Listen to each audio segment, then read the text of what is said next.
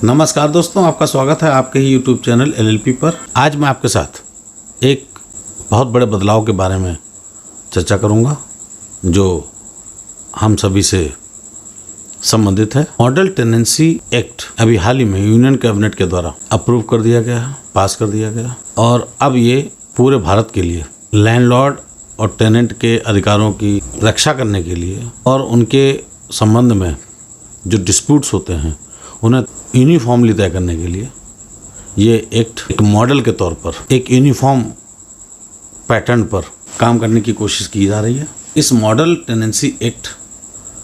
के आने से राज्यों से अपेक्षा की गई है, केंद्र शासित प्रदेशों से अपेक्षा की गई है कि ये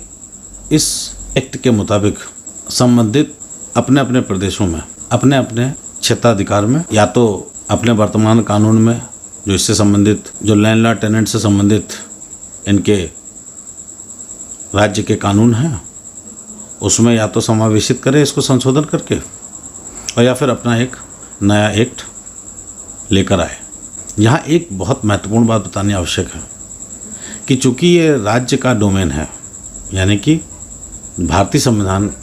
के अंतर्गत जो अधिकार क्षेत्र बांटे गए हैं उसमें जो लैंड एंड अर्बन डेवलपमेंट के बारे में विधान बनाने का जो अधिकार है वो राज्य के पास है। तो ऐसे में केंद्र सरकार के द्वारा ये मॉडल टेनेंसी जो एक्ट बनाया गया है इसे बाध्यकारी नहीं माना जा सकता। हाँ, ये बात ज़रूर है, यदि जिन जिन राज्यों के द्वारा इसे अपना लिया जाएगा और उसके संबंध में कानून बना दिया जाएगा तो ये पूरी तरह से उसी प्रकार से लागू होगा जैसे कि उसी राज्य के द्वारा ही ये बनाया गया। फिर आप ये नहीं कह सकते कि नहीं, हमारे ऊपर ये बाध्यकारी नहीं है। एक उदाहरण के तौर पे आपको ये बताना चाहूँगा कि उत्तर प्रदेश सरकार के द्वारा पहले एक ऑर्डिनेंस के माध्यम से एक अध्यादेश जारी करके उन्होंने इस मॉडल टेनेंसी एक्ट के प्रावधानों को लागू किया था। चूँकि अध्यादेश 6 महीने तक अधिकतम रह सकते हैं, इसलिए इन्होंने दोबारा सेकेंड ऑर्डिनेंस के माध्यम से उसको प्रभावी बनाया हुआ है। तो उत्तर प्रदेश के संबंध में यदि कहा जाए तो मॉडल टेनेंसी एक्ट जो भारत सरकार के द्वारा बनाया गया है इसके प्रावधानों को उत्तर प्रदेश सरकार द्वारा अपनाया गया है और इसी के हिसाब से आने वाले समय में वो ऑर्डिनेंस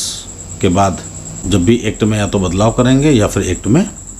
एक नए एक्ट में उसको परिवर्तित करेंगे। और उससे क्या होगा कि जो मकान मालिक किराएदार से संबंधित मामले होते हैं तो वो फिर कहीं और नहीं जाएंगे। इस एक्ट में ये प्रोविजंस दी गई हैं कि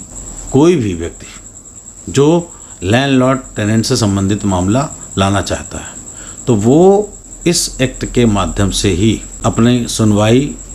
और अपनी रिलीफ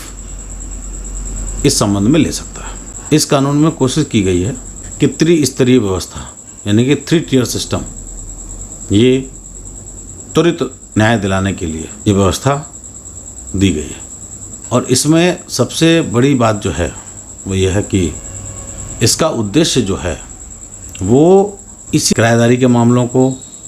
नियंत्रित करने का उद्देश्य है। इसके लिए इन्होंने एक रेंट अथॉरिटी किराया प्राधिकारी के तौर पे एक किराया प्राधिकारी की स्थापना करके लैंडलॉर्ड टेनेंट के डिस्प्यूट्स को और उनके अधिकारों एवं हितों की रक्षा करने के उद्देश्य से और त्वरित डिस्पोजल करने के उद्देश्य से ये एक्ट बनाया गया है। और चूँकि अभी तक ये देखने में आया है कि लोग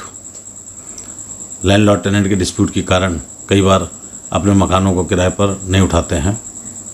कि वो समझते हैं एक किसी प्रकार की झंझट होगी। तो अब उन्होंने प्रावधान कुछ ऐसे बनाए हैं और जिन जिन राज्यों के द्वारा ये प्रावधान माने जा रहे हैं या जब भी माने जाएंगे तो ऐसे में ये प्रावधान काफ़ी अच्छे बनाए गए हैं और इसके जो ऑब्जेक्टिव्स हैं वो निश्चित तौर पे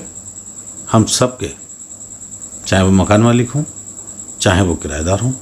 उन सब के लिए फ़ायदेमंद साबित होने वाले हैं। तो इस वीडियो में इतना ही, फिर मिलते हैं एक नए वीडियो के साथ। तब तक के लिए धन्यवाद।